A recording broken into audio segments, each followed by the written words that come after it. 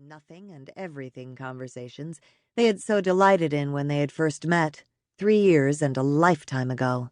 In the interim, he had lost his wife and his son to a drunken driver, and very nearly his job as well.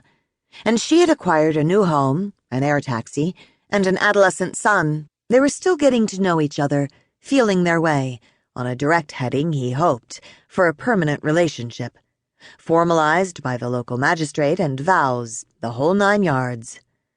Grow old along with me, the best is yet to be, the last of life for which the first was made.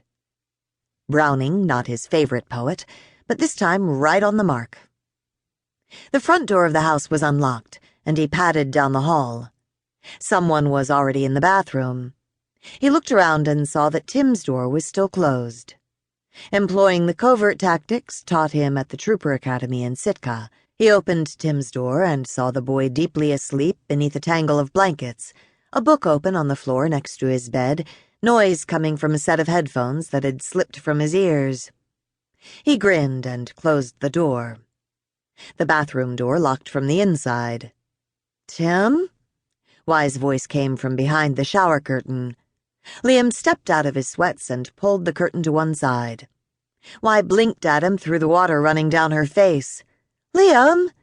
He stepped into the tub and pulled her against him. "You can't be in here." He lifted her and kneed her legs apart. "Tim is right on the—" He kissed her and slipped inside her in the same moment. "Oh," she said. Her other leg came up to wrap around his waist. "Liam," she whispered. "Why?" he whispered back. "We shouldn't be doing this," she said weakly, and arched her back to take him all the way inside her. "Tim might wake up. He could come in. He might—" He paused. "Want me to stop?" He kissed her, the water running warm down his back. "I'll stop," he whispered. "No," she said, and after that they didn't talk. Liam and Y were both late for work, and Y was later because on a whim she had reversed back into the driveway and run into the house to put on her gold hoop earrings. Liam had given her those hoops during a 4-day trip to Anchorage 3 years before. The trip hadn't ended well, and she hadn't worn them since. Today seemed like a good day to resurrect them. She was unaware of just how complacent the smile on her face was when she left home for the second time that morning, headed for Mad Trapper Memorial Airport and the headquarters for Nushagak Air Taxi Service, which business consisted of 1 Piper Super Cub, 1 Cessna 180, 1 small shack, and Y, owner and chief pilot. Nushagak Air Taxi held the contract to deliver the U.S. mail north of Newenham to settlements scattered along and to the west of the Nushagak River. Bristol Bay Air Freight held the contract for the east side of the river and for the communities south and west from Newenham to Togiak. Dagfin Grant, the owner and operator of Bristol Bay Air Freight, and Y's direct competitor, had been her nemesis ever since the United States Postal Service had decided to spread governmental largesse around and carved off a slice of Grant's mail route to award to Y.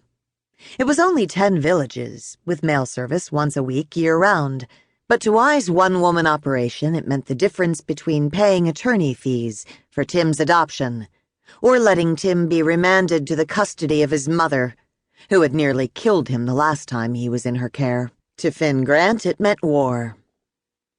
When Y was approached by potential passengers on a day that was booked solid, she directed them to Bristol Bay Air Freight. When Grant was approached by potential passengers on a day that was booked solid, they were told that there were no other air taxis in Newenham and that he'd try to squeeze them in sometime later in the week. Grant's pilots were forbidden, on pain of instant dismissal, to give Y any information about weather or strip conditions anywhere in their mutual flying area. And Grant's mechanic had been docked a day's pay when he sold Y an oil filter at cost.